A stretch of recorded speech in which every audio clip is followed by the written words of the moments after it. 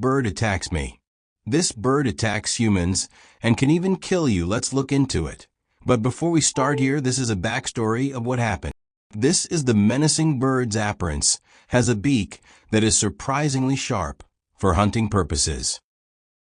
It's to pull out the vegetation from the ground.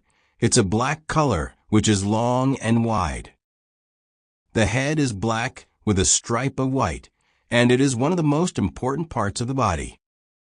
The head contains vital organ, such as the brain, and without it they are dead. The body is bigger than most waterfowl birds, and is brown at the top with alternating feathers for waterproofing. The bottom is white, and the body is big so they can float and have important parts. The wings of a Canada goose are one of the most impressive things. It is a gray with some black and brown feathers.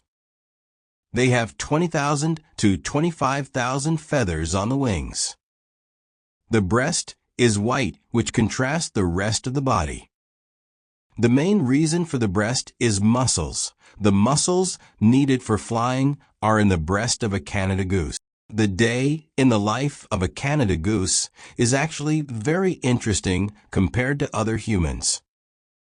They wake up and immediately fly away from where they sleep overnight. They go to feeding areas, normally with grass or aquatic plants at this feeding area. Canada goose eat here for a couple of hours, then flying back to a spot to rest and digest the food so they don't feel heavy. Midday, they are still resting, preparing for their second feeding in the afternoon. They will go out to feed, but in groups. This is why you can see more Canada goose together. They can also honk very loud. Canada gooses will not be in groups until later in the day. At sunset, they will fly back to their roosting sites to sleep. This is usually the one they woke up from. The Canada goose has a couple of similar birds. It is part of this family, which is called ducks, geese, and waterfowl or anatidae. There are 53 ducks. I will name and show you them.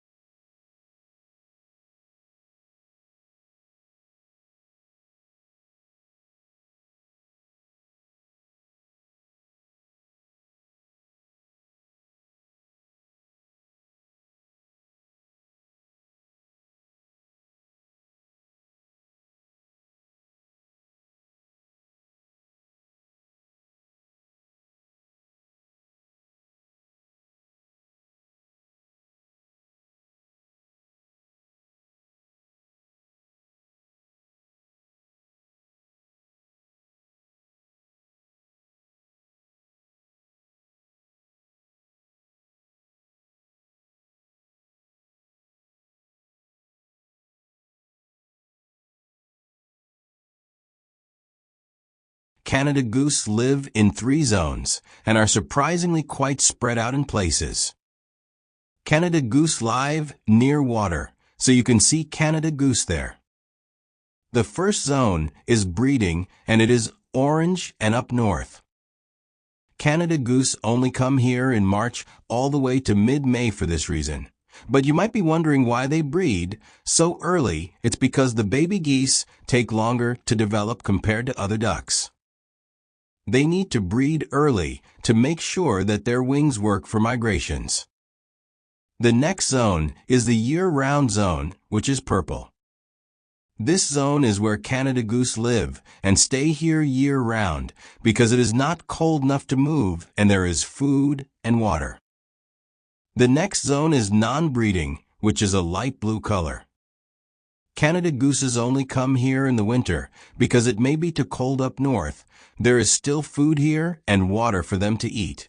This is all they do in the non-breeding zone. Canada goose will live around lakes and bays, but not water that flows quick because they will get pushed away by water.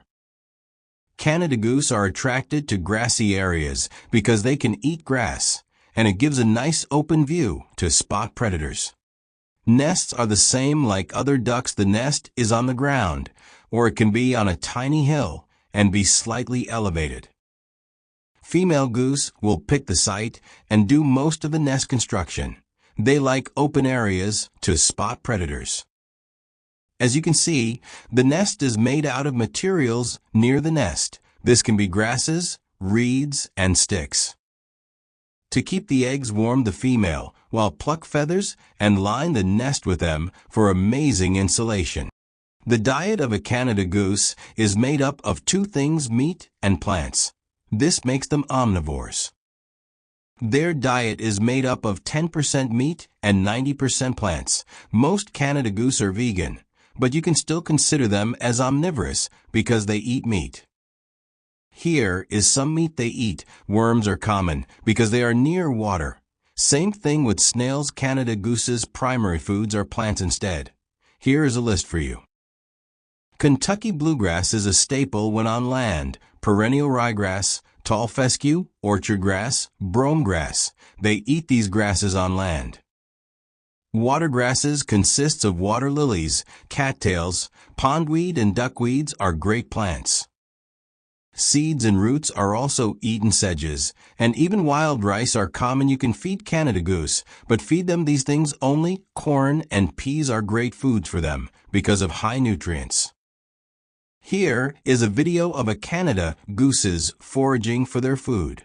The types food they get from foraging is plants or aquatic plants.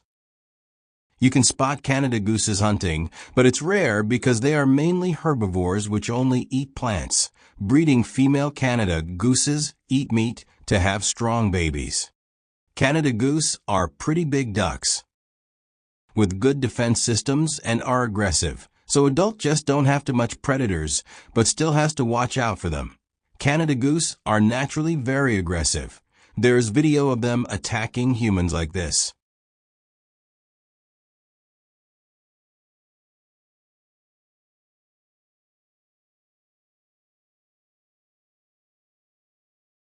Because of this, adult Jess have very little predators, but still have these ones. Coyotes and gray wolves are #1 predators.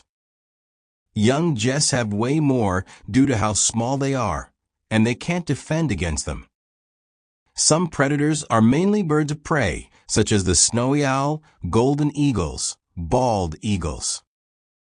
Eggs and newly hatched Jess have the most predators because they are so tiny.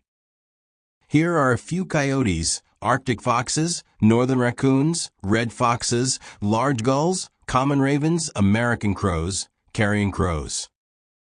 Here are some videos of Canada goose being aggressive.